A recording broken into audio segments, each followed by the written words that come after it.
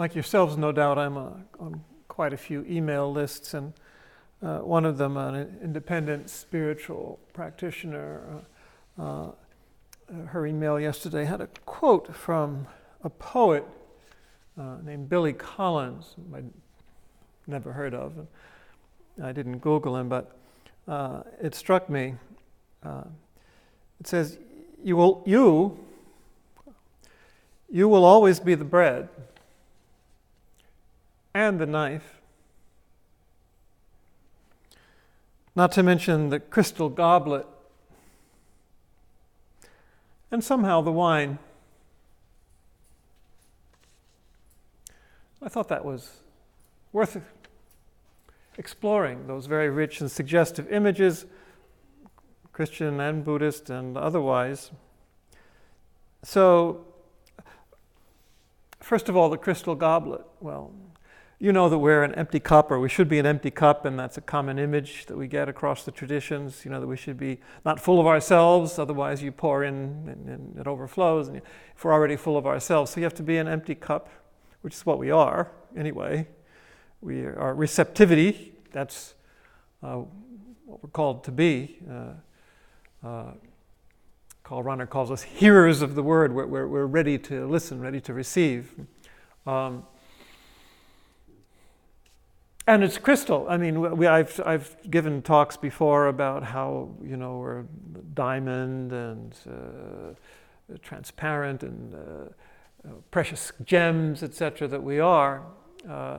And this is, used across the traditions as well. Diamond, very much in the Zen tradition. You have precious gems as description of the New Jerusalem, of angels, of high priestly garments, etc., in the Christian scriptures, the Jewish scriptures as well. So that reality is radiant and translucent and has different colors, to reflect the light, and that's what we are as well. Crystal being that. So when you hear people speak about crystals, it's not just New Age bunk or whatever people want to call it. There's some rich focusing of energy and reception of energy there. So we are the goblet. We are a goblet, and maybe if you think about it, the whole of reality, since we are the whole of reality, the whole of reality is a goblet to receive emptiness, the fullness, the receptivity to energy, all of reality, and receiving, but then pouring out. It's very Eucharistic, is it not? The pouring out the chalice, pouring out of the oil, pouring out of what we receive. So it's a circulation of energy. And that's all of reality too, is receiving and then pouring out, receiving and giving, and that's the cycle of energy. And that's the whole of reality that we are too. So it's a goblet which receives and then pours out as well. That's why he says we are. We are.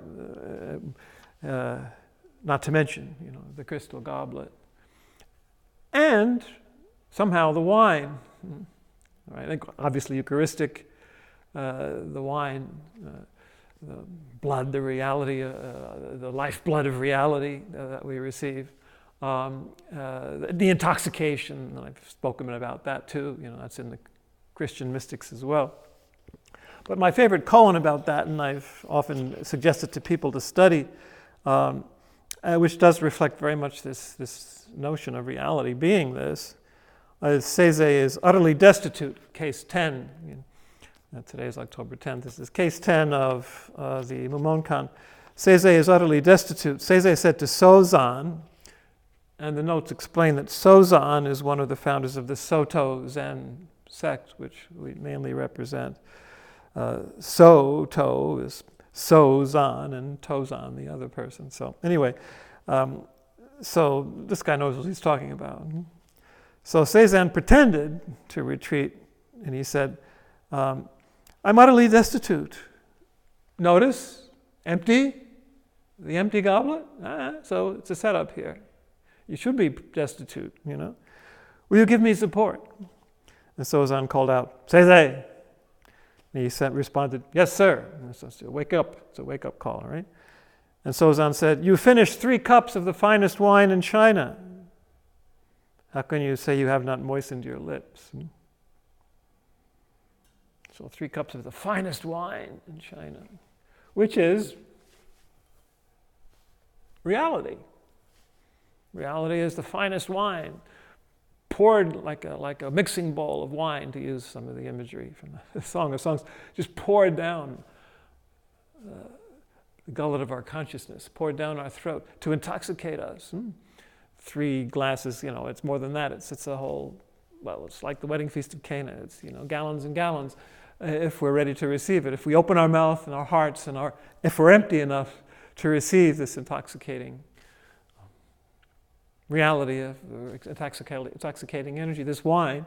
And then, as I say, we keep letting it flow. We pour it out to others. We let them be intoxicated by what we do, what we say, just by our very being.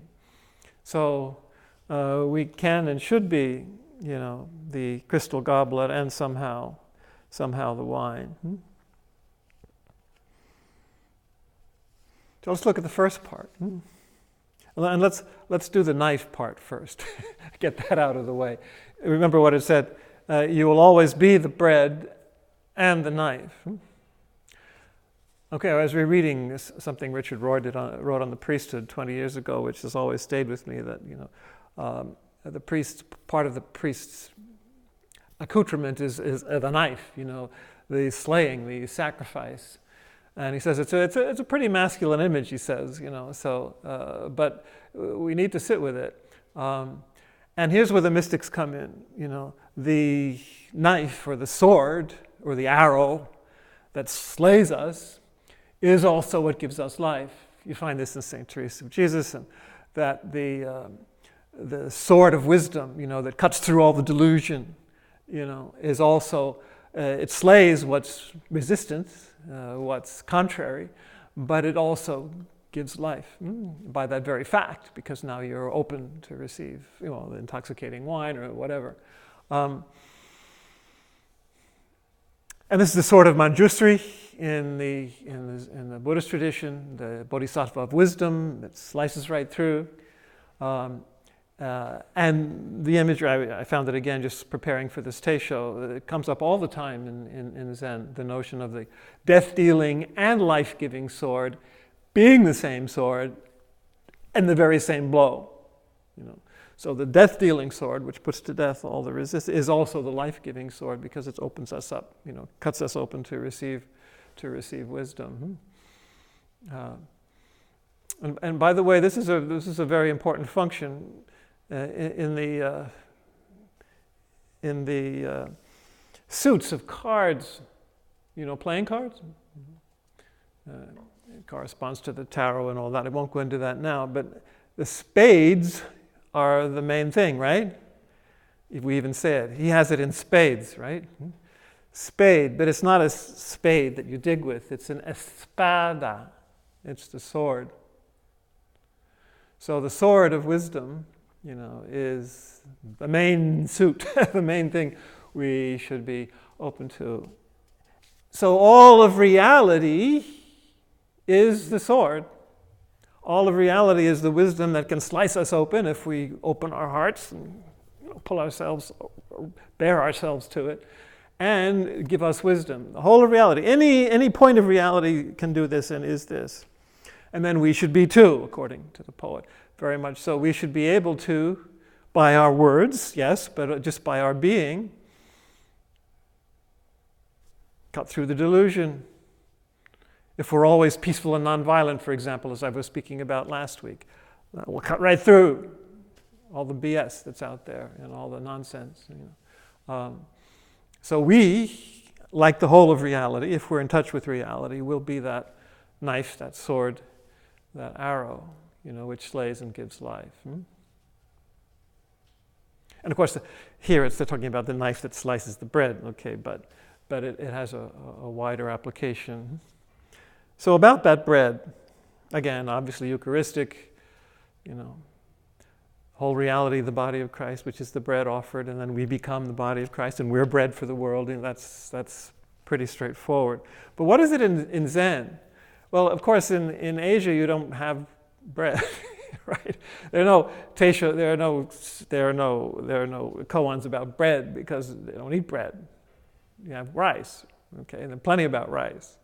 So we have to transpose it into rice to get what we want to say here. There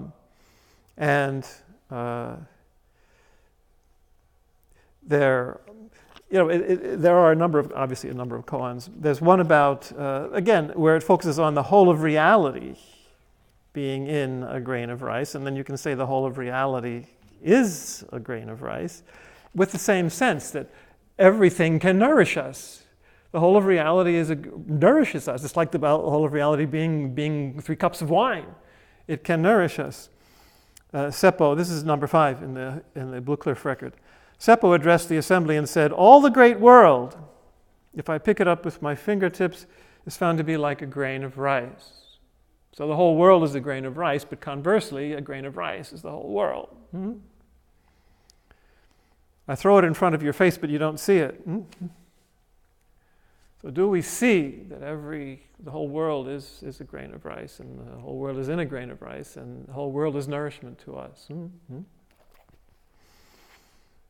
But the other koan will actually bring us in a little bit further direction.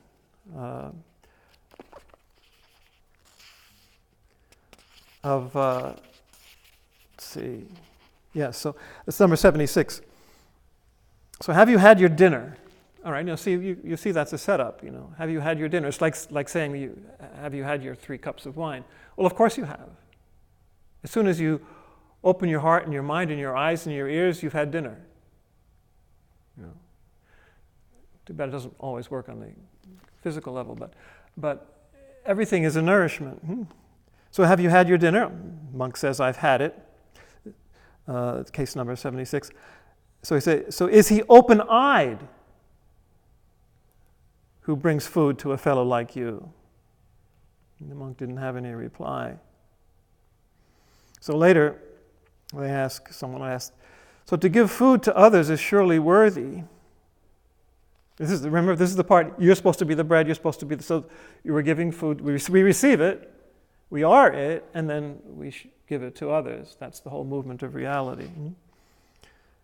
To give food to others is surely worthy. How could he fail to be open-eyed? So you see where you're going with this. Someone who gives is open-eyed. Makes sense, right?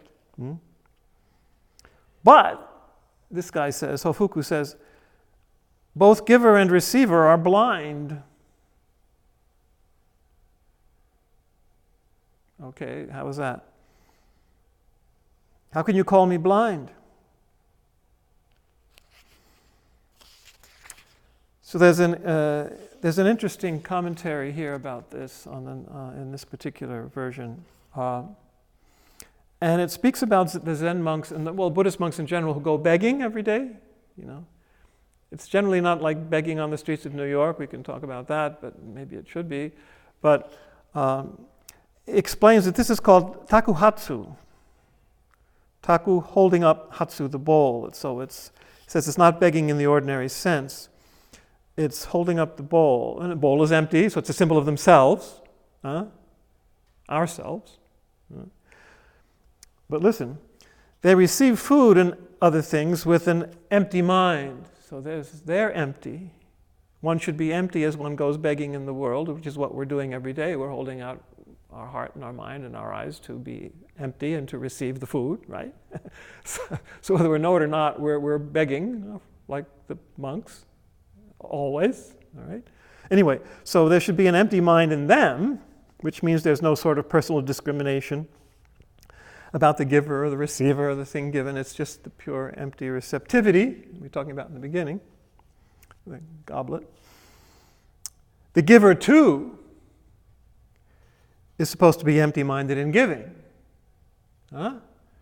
So you're just giving. You're just being in the circle, the dance of reality. You're not injecting yourself or adding anything, of your ego to that. It's just the empty giving. This is exactly what Jesus means when he says, do not let your left hand know what your right hand is doing.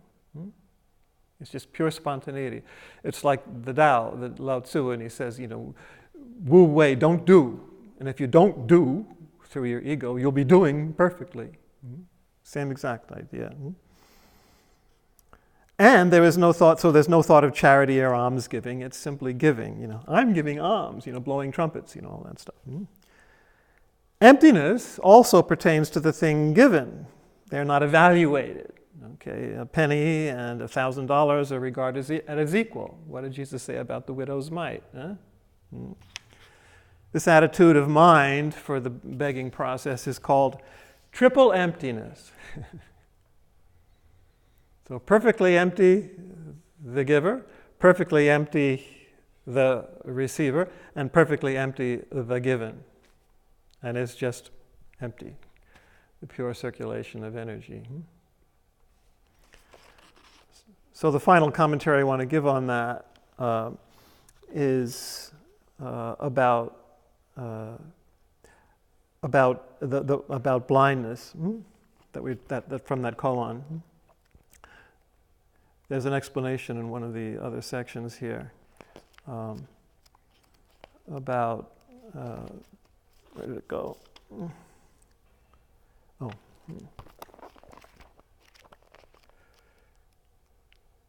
This would be interesting. So Zen recognizes 5 kinds of blindness. So we're talking about how are we blind here? You can pretty much see already, according to the explanations just given about the begging bowl. But this is interesting just to know. 5 kinds of blindness. The blindness of the general run of ignorant people. Most people are walking around blind. They see, but they don't see. We got to be careful that's not us, because we all start that way.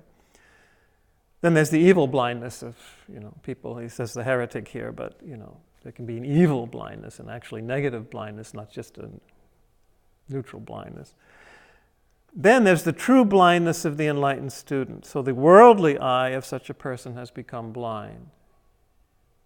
So you don't see in the usual way, which is usually judgmental and egocentric and all of that stuff. You're just seeing purely the way things really are. That requires a lot of practice to see that with that emptiness, to be able to truly receive and then truly give spontaneously from what you receive.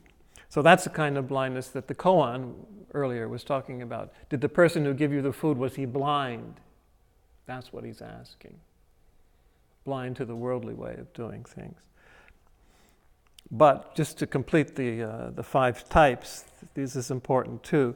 Number 4 is the blindness of those who stick to their realization and make much of being enlightened. Okay.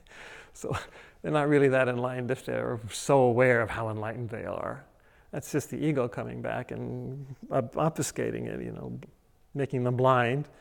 And it's a temptation which is often mentioned in Buddhism in general, but especially in Zen, where you hold on to the absolute. Remember what the sutra says, whoever has experienced the absolute is not yet enlightened. You have to come back down. In the beginning, remember Dogen, mountains are mountains, and then afterwards they're not mountains, wow. And then in the end again, they're mountains again. That's coming back down to earth. The absolute and the relative, emptiness and form. So you're blind if you hold on to your spiritual attainment. It comes up a lot. Well, in all the traditions, but in Zen certainly. And then 5, the transcendent or genuine blindness that is the condition of the Buddhas. So it's related to the 3rd type, but it's the final perfection of that.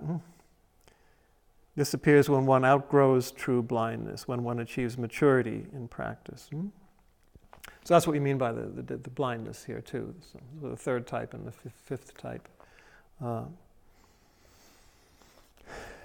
So we want to be empty, we want to be blind in the good sense. We want to be the whole of reality, which is bread, which is the knife, which is the goblet, and which is the wine. Sounds like fun to me. Well, I hope you enjoy it and help others to enjoy it as well.